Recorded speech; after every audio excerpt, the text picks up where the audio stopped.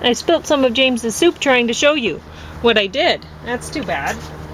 It'll be okay. But I made it sort of like a, well, it's a Wise Woman tomato soup, which Well, I with have other shown you the things recipe added. how to make. I make it with my cherry wine and some sage and stuff. It's really a very simple recipe. I've shown how to make it. Parsley, sage, No. rosemary, and wine. Is that what No, no, that's Quite. not it.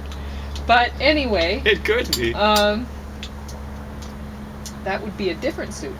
Fine. But Okay. Just an idea. so what I did is we have a lot of sweet peppers to use up, so I just chopped those up, and James would have liked them finer, I think. But we'll see how it is. So it's sort of like it's a mix between a soup and a salad, sort of. Because I cut the spinach up in a chiffonade. I don't know how to pronounce that. Chiffonade. Probably. Something like that. But It's like a chiffon, I think means rag, weirdly enough. yeah, and stuck some croutons on there. So the mummified bread, that's gonna really perk up that salad. Yeah. But So chiffon, that's an example of a secondary meaning making it into our language. Whenever someone says chiffon, it's like not a very raggy kind of fabric, right? I didn't think my back would be doing well enough to do this yesterday. I was not feeling very. What happened to the back yesterday? Well, we did the groceries shopping. Oh, and of course, then all that makes that sense. walking, and then I was doing the hedge trimming stuff. I figured it was the hedge trim. Yeah, that was. Okay, so. James going to talk about some books. So he's going to talk about Tesla. Oh yeah, let's talk about that, seeing that you've got that there. Tesla. Yeah. Nice picture book. I ordinarily don't like pictures very much. A kid might get something out of this. And, I think it's actually a good idea to introduce kids to this sort of stuff. Early on. I would have been reading the stuff this equivalent maybe when I was in grade 2 or something like that. So there's some great pictures. Historical. Tesla was the kind of guy, I mean, he's set up against Edison. Tesla was a dreamer. Edison was a kind of person who stole patents from other people. Mm-hmm. And he was a business guy, he wasn't an inventor, from what I can tell, not much more. This guy was an inventor, maybe a bit too inventive. And I think one of the problems is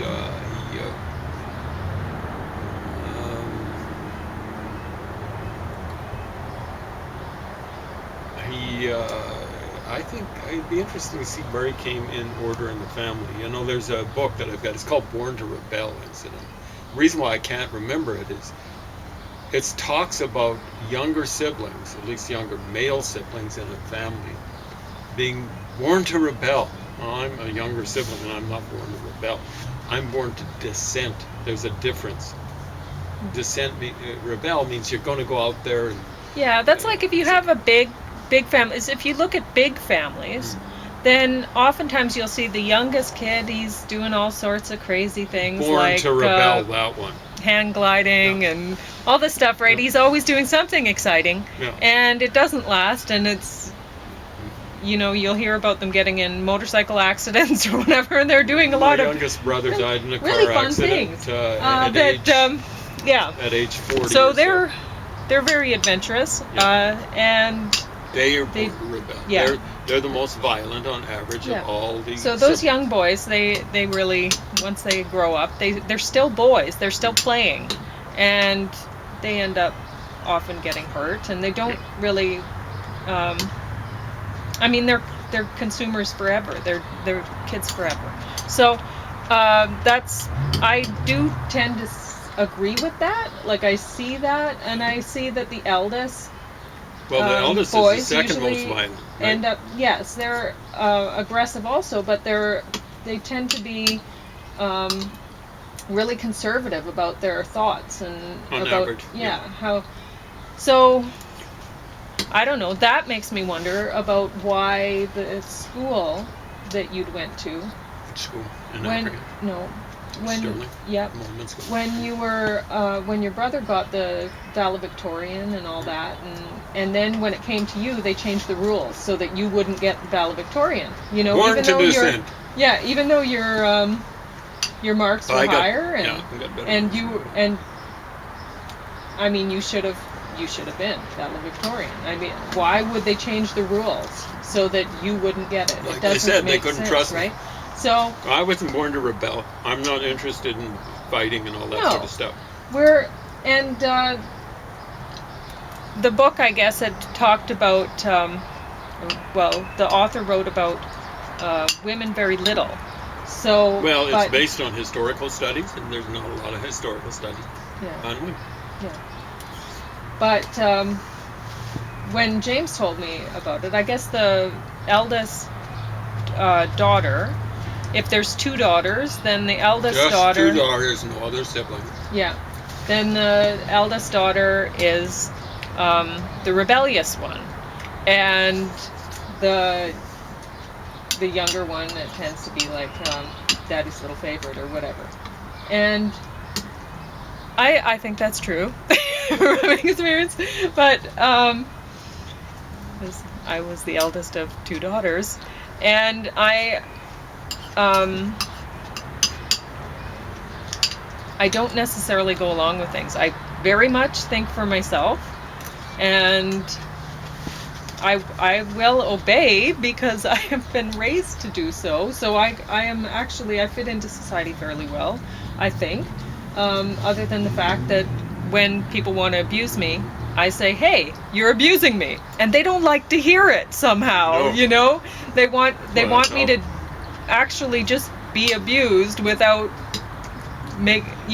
bringing it to their attention, kind of thing, Yeah, right? I preferred it if you actually enjoyed it.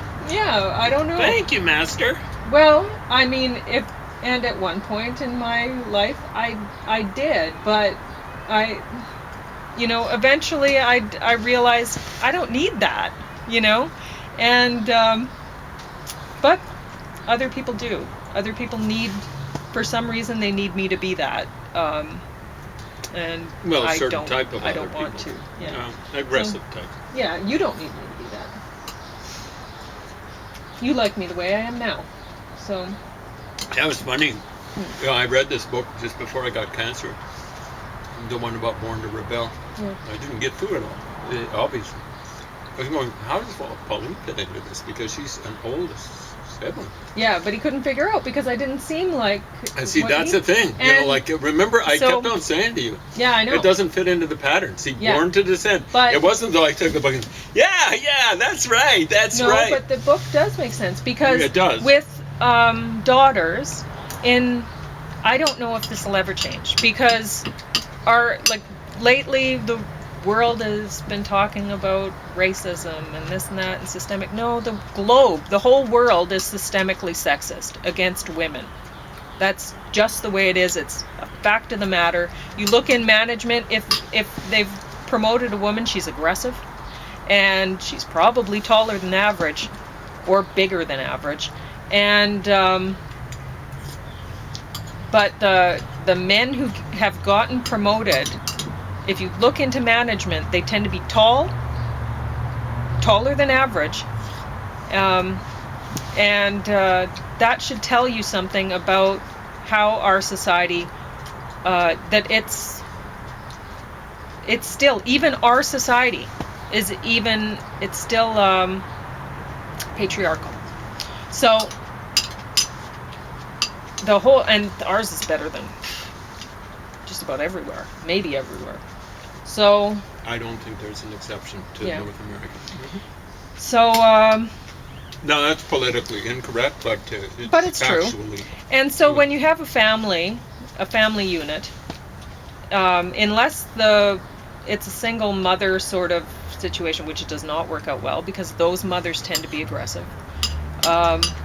If they've left, they don't put their children ahead of themselves. There are obvious exceptions to the rule, but most of the case that's true. So, and look and see for yourself. Just keep an open mind and look around, and you'll see it. But with women in a family unit, the mother is like a child. Really, essentially, she's like the eldest child, and there's only one parent. There's only one person who really sets the rules, and that's the man. So traditionally, that's the case, and I think our society, we're trying to move past that. But since we are we embrace other cultures and we bring them in, then things slow down in that regard, because other cultures, they bring in an even more sexist, Yep. yeah, sort There's of. no doubt about There's it. no doubt about it. So Even that though holds back progress, honestly. And as there's much no as room for doubt about it, even though there is, right? Well, it's not doubt. so that's what happened. So the eldest, so my mother, when I was growing up, I realized that she was like an older sibling. To me, she seemed like an adopted sister, who from like, or a sister from the previous marriage or something like that. But to me, she did not seem like the mother. My dad's mother seemed like the mother to me. And so that's when and my mom, if she's getting upset or something, or she's talking about your mother, blah, blah, blah, she does it. Because she felt that too. She felt that my grandmother, my dad's mom, was the mother, not her. So when she's talking to me about my mother, she's talking about my grandmother. She'll get upset and she'll start talking about, and with my younger sister, if she calls out mom, she's not calling my mom, and that's sad, right? But Who is she calling? She's calling me. And sometimes, if she's not thinking, she'll say mom, and who she's referring to is me. If she looks up, she's looking at me. That's who she wants to come over. So it's a weird thing, but that explains when I'm looking at that book to try to explain why that happened with James. That's my explanation for it. Yeah. And he thinks I'm pretty.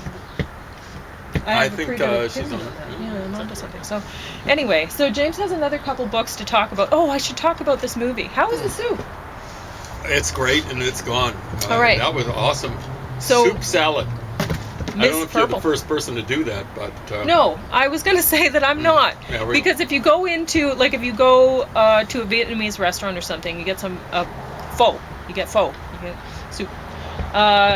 You'll notice that there's some fresh vegetables and stuff, herbs and stuff like that on top, and pork, whatever. But it's anyway. that was a So good. it's sort of. I already ate this morning. We get up. Even I get up early now. Sometimes I get up early, or Pauline around 4 o'clock. But what was it, about 5? We ate something like that. 6. Yeah, I don't know. So 2.5, almost 3 hours back. So, but this was a good kind of brunch or something. So this movie, I didn't actually mind it. Most people would be looking at it at one point and saying, "Oh, girl power." And when all of the women, I can't give it away. It's worth watching, so I don't want to give it away. And the first thing that happens with all the women, I would say that's good. That's but what Ms. Purple ends up doing, that's not good. But anyway, it's a story that I think people should watch right now, because a lot of people could relate to, like if you're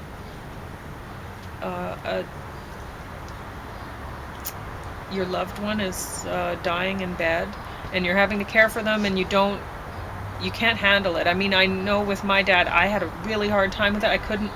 I can't handle death very well, and anyway, some people are able to really be caregivers in that. I'm good at caregiving in life. I'm good at feeding life. And there's I'm not good at it's caring for death. well, that's the way it goes. People emphasize too much what happens at the end. Now, Pauline's dad lasted a long time. That was because of my Brain mom. It cancer. wasn't because of me. I wasn't very good at helping. People emphasize too much what happens. You know, like even 2 years out of the more than 50 that he had is a small percentage. So it's 4% of his life. Okay? 4% of his life. And not all of that was suffering in a bed or whatever. Was it the last year or so he was suffering in a bed? It seemed like forever. I know it seemed like forever, but that would be like 2% of his life. So I've been there and done that. You know, I was close to dying, and it lasted for months. It lasted for months. Yeah, but anyway, the whole system, it's funny how it's set up. You think that, oh, well, your loved ones is dying and whatever. And like when James was finally diagnosed with cancer, and they were wanting to kick him out of the hospital. And I said, well, how am I going to care for him? You know, he's able to get out of bed to go to the bathroom here because you have a mechanical bed. I don't have that. You know, he can't get out of and I'm having to work and this and that. And so in this, she's an escort to try to pay the bills but I wasn't doing that. I was working as a integrated pest management technician, so I was using insecticides and stuff, which was fun. I actually enjoyed the job. I didn't enjoy the using insecticides part, but I worked for a really great supervisor. And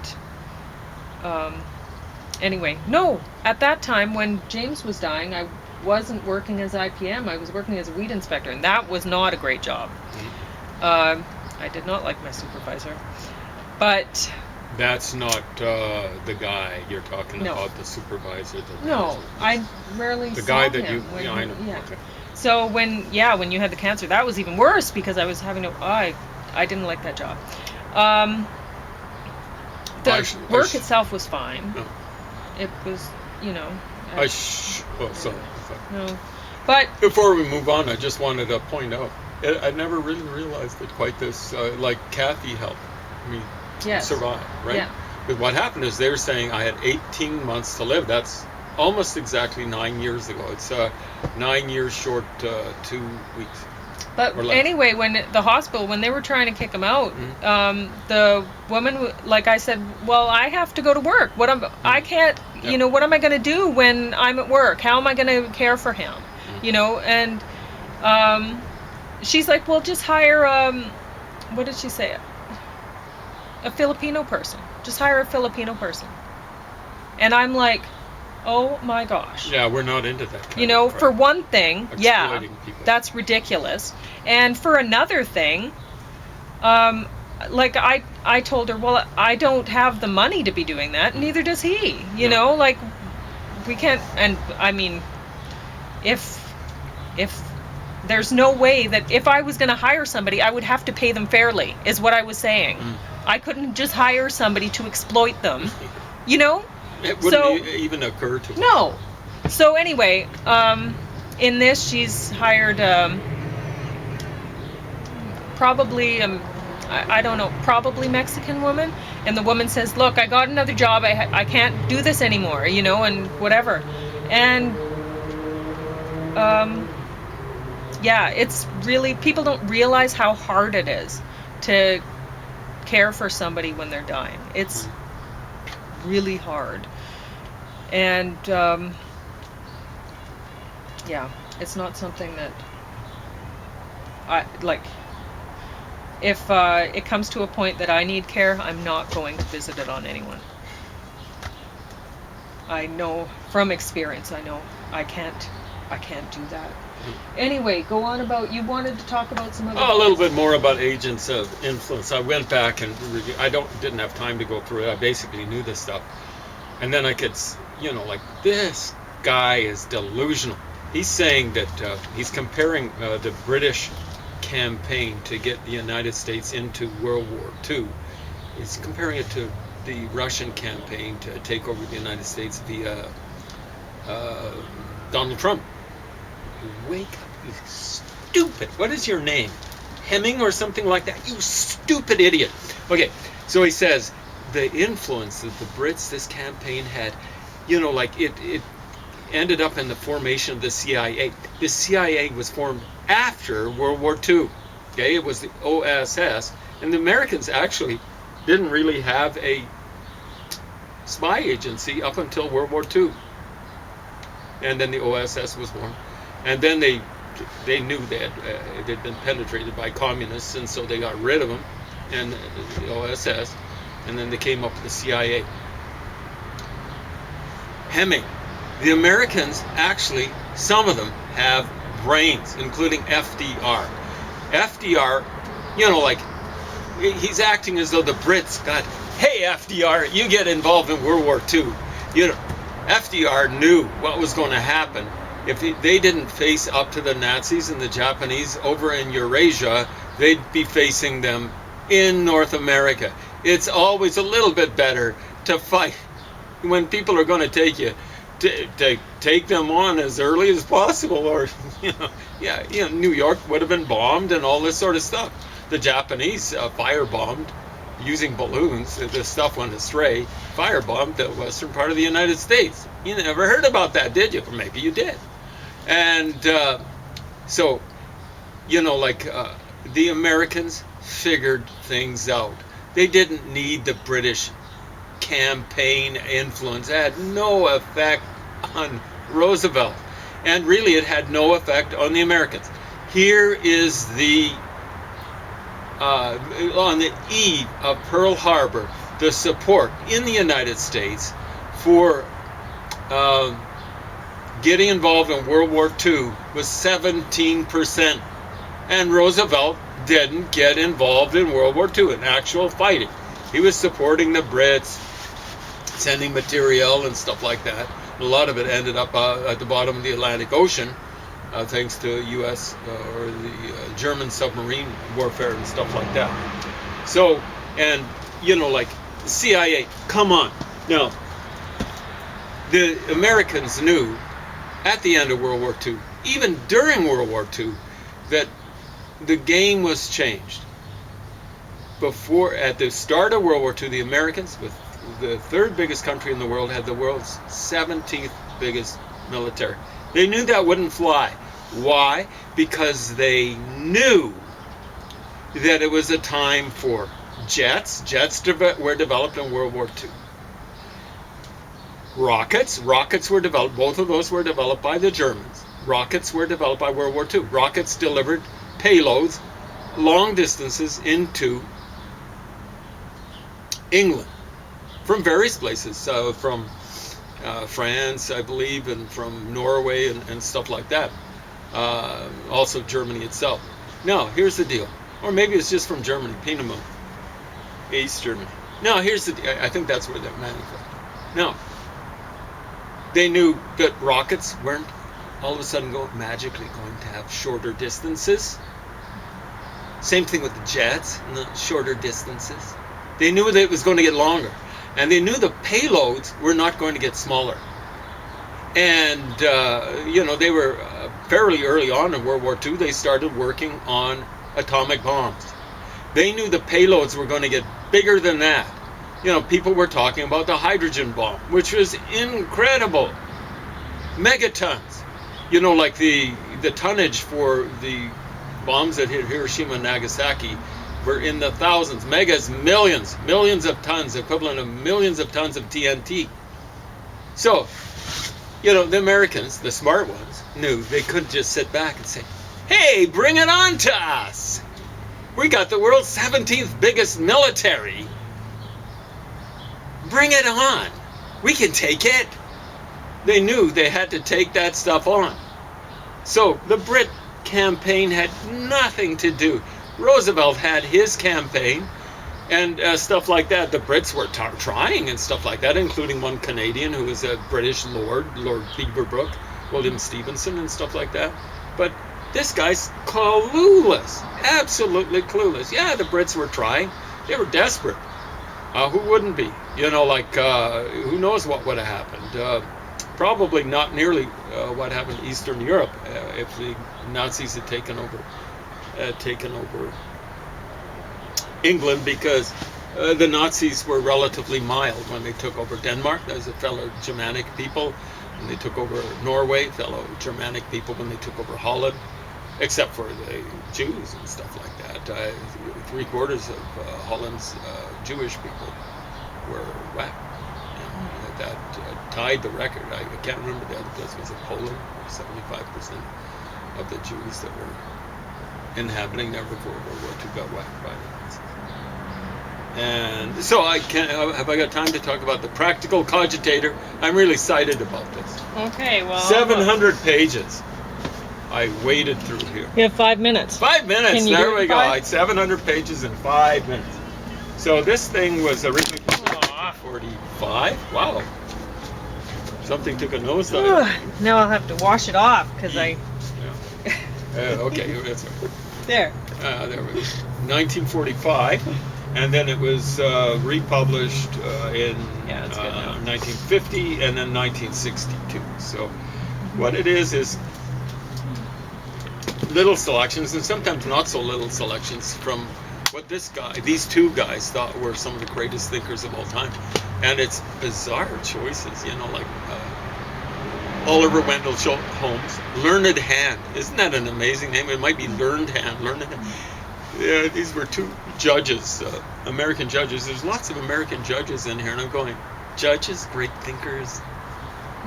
Yeah, I don't think so. And actually, the stuff that they wrote was Felix Frankfurter. Isn't that a great name? He should have been a president. Yeah. But I suspect he was Frankfurter. I suspect he was Jewish. You know what I'm saying? Which would be a hard sell. I think they tried to. Was Adlai Stevenson a Jew? It doesn't sound like a Jewish name or something. Stevenson. Anyway, maybe they have tried it, and it just. Adlai Stevenson lost a couple of elections. Be interesting to find out. I don't think he was Jewish. Anyway, this is not recommended to read. Definitely not recommended to buy if it's actually being sold anymore. The weird thing is, last time it was published was '62, and the Lethbridge Library got hold of it in '97. They republished. I wonder what made them. Anyway. I don't. Anyway, it's just, what it reminds me of is reading old anthologies of English poetry, and you're going, wow, tastes have changed. You're reading stuff that's just like old-fashioned. And again, here, tastes have changed in terms of what is thought to be brilliant.